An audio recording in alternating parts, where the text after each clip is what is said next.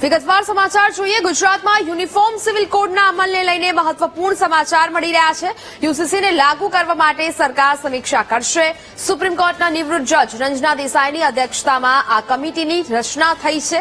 Committee યુસીસીની આવશ્યકતા ચકાસવા અને કાયદા માટેનો મુસદ્દો તૈયાર કરશે। 5 સભ્યોની કમિટીમાં નિવૃત્ત વરિષ્ઠ આઈએએસ CL મીનાનો પણ સમાવેશ કરવામાં આવ્યો છે। એડવોકેટ RC કોડેકર અને પૂર્વ વાઇસ ચાન્સેલર ઠાકરનો સમાવેશ થયો છે। સામાજિક કાર્યકર ગીતાબેન શ્રોફનો પણ સમાવેશ કરવામાં આવ્યો છે। આ કમિટી યુસીસીના તમામ પાસાઓનો તલસ્પર્શી અભ્યાસ કરશે। કમિટી 45 દિવસમાં રાજ્ય સરકારને સુપરત કરશે। રિપોર્ટને આધારે સરકાર સમીક્ષા કરીને નિર્ણય લેશે। રાજ્યના નાગરિકોને સમાન અધિકાર મળે તે દિશામાં ગુજરાત આગળ વધી રહ્યું છે। આપણે મહાન રાષ્ટ્રના નાગરિક છીએ અને ભારતીયતા આપણો ધર્મ છે। નાગરિક ધર્મ નિભાવવા માટે બંધારણ સૌથી પથદર્શક કરતું આવ્યું છે। ગુજરાતમાં કોમન સિવિલ કોડની આવશ્યકતા ચકાસવા અને કાયદા માટેનો મુસદ્દો તૈયાર કરવા સુપ્રીમ કોર્ટના નિવૃત્ત ન્યાયાધીશ શ્રીમતી રંजना દેસાઈની અધ્યક્ષતામાં એક કમિટીની રચના કરવાનો મહત્વપૂર્ણ નિર્ણય કર્યો છે। આ કમિટી તમામ પાસાઓનો સુગ્રથિત અભ્યાસ કરીને પોતાનો રિપોર્ટ 45 દિવસમાં રાજ્ય સરકારને આપશે અને રિપોર્ટના આધારે રાજ્ય સરકાર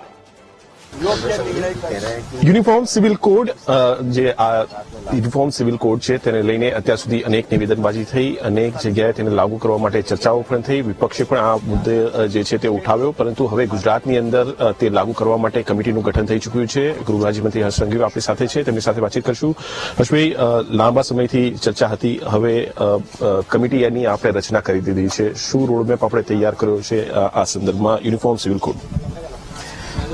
यूसीसी संविधान की भावना है जो कि समरसता एवं समानता स्थापित करेगा। गुजरात के सभी नागरिकों को एक समान हक मिले, उसी दिशा में गुजरात के मुख्यमंत्री श्री भूपेंद्र भाई पटेल जी द्वारा यूसीसी को लेके एक बहुत ही महत्वपूर्ण निर्णय लिया है। यूसीसी की संभावनाओं, यूसीसी की डिटेल्ड रिसर्च स्टडी करके सरकार को पेश करने के लिए एक समिति की रचना की है, जिसकी अध्यक्षता सुप्रीम कोर्ट के एक्स जस्टिस श्रीमती रंजनाबेन देसाई करेगी। उनके साथ और 4 लोगों को ये समिति में जोड़ा गया है, जिसमें एक्स IAS है, एक्स VC है, लॉयर है, समाज सेवी है। इस प्रकार से ये समिति बनाई गई है और समिति को खास तौर पे मुख्यमंत्री जी ने ये अपेक्षा रखी है कि आने वाले 45 दिनों में ये रिपोर्ट राज्य सरकार को पेश किया जाए।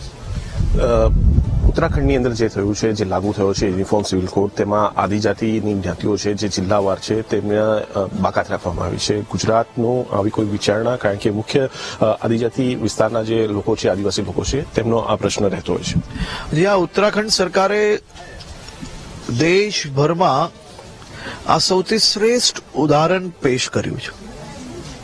ખાસ तौर पे भारतीय जनता पार्टी की उत्तराखंड सरकार द्वारा ये सबसे श्रेष्ठ उदाहरण देश भर में दिया गया है। आदिवासी समाज की रीति रिवाज कानूनों को सुरक्षित रख के यूसीसी उत्तराखंड में लागू किया गया। और खास तौर पे देश के गृह मंत्री आदरणीय श्री अमित भाई शाह जी ने अपनी सभा में ये कहा है कि हम कोई भी राज्य में जब ये कानून पेश करेंगे तब आदिवासी समाजों का खास तौर से ध्यान रखा जाएगा, उनकी रीति रिवाज कानूनों को जरूर से सुरक्षित किया जाएगा। સર, જે કોંગ્રેસના જે લઘુમતી ધારાસભ્ય છે તેમનું કહેવું છે કે સરકાર આ લઘુમતી સમાજને ટાર્ગેટ કરીને કાયદો બનાવી રહી છે, તમામ લોકો માટે નથી કાયદો બનાવી રહી, અને આ ખાસ લઘુમતીઓને ટાર્ગેટ થઈ રહ્યા છે। એમના મુદ્દાઓ કઈ રીતે મુકશે સ્પષ્ટ હજુ સુધી સરકારે કરી નથી, એવું તેમનું કહેવું છે। देखिए, कांग्रेस हमेशा एक ही आरोप लगा दिया है और आप तो सीनियर व्यक्ति हो, मैं तो ताजुब है कि आज भी आप उनको सीरियस ले रहे हो। ક્યાં સુધી લાગુ કરી શકાય છે આપણે કાયદો, ક્યાં સુધી કાયદો? કારણ કે 2 વર્ષ उत्तराखंड में लगे। रिपोर्ट 45 दिन में पेश करने के लिए सरकार द्वारा ये सूचना दी गई है। रिपोर्ट पेश होने के बाद डिटेल स्टडी करने के बाद मुख्यमंत्री जी द्वारा ये निर्णय लिया जाएगा, जो माहिती आपको दी जाएगी। આભાર। અમારી સાથે વાતચીત કરવા માટે ગૃહ રાજ્યમંત્રી હર્ષ સંઘવી હતા। વીટીવી સાથે તેમને વાતચીત કરી અને ખાસ મહત્વની જે બાબત છે કે 45 દિવસ જે છે તેની અંદર જે રિપોર્ટ રાજ્ય સરકારને સોંપવામાં આવશે અને ત્યારબાદ તેની સ્ટડી કરીને તેને લાગુ કરવા માટેની જાહેરાત જે છે તે કરવામાં આવશે। મહત્વનું છે કે આદિજાતિ વિસ્તારોની અંદર આદિવાસી સમાજ માટેના જે પ્રશ્નો છે તેના સંદર્ભે કેન્દ્ર સરકાર અને ઉત્તરાખંડ સરકાર સહિતને જે સ્પષ્ટતાઓ છે તે કેન્દ્ર સરકારે અગાઉ કરી દીધી છે અને તેમને બાકાત રાખશે। કેમેરામેન શાયર શર્મા સાથે મેહુલ દેસાઈ, ગાંધીનગર।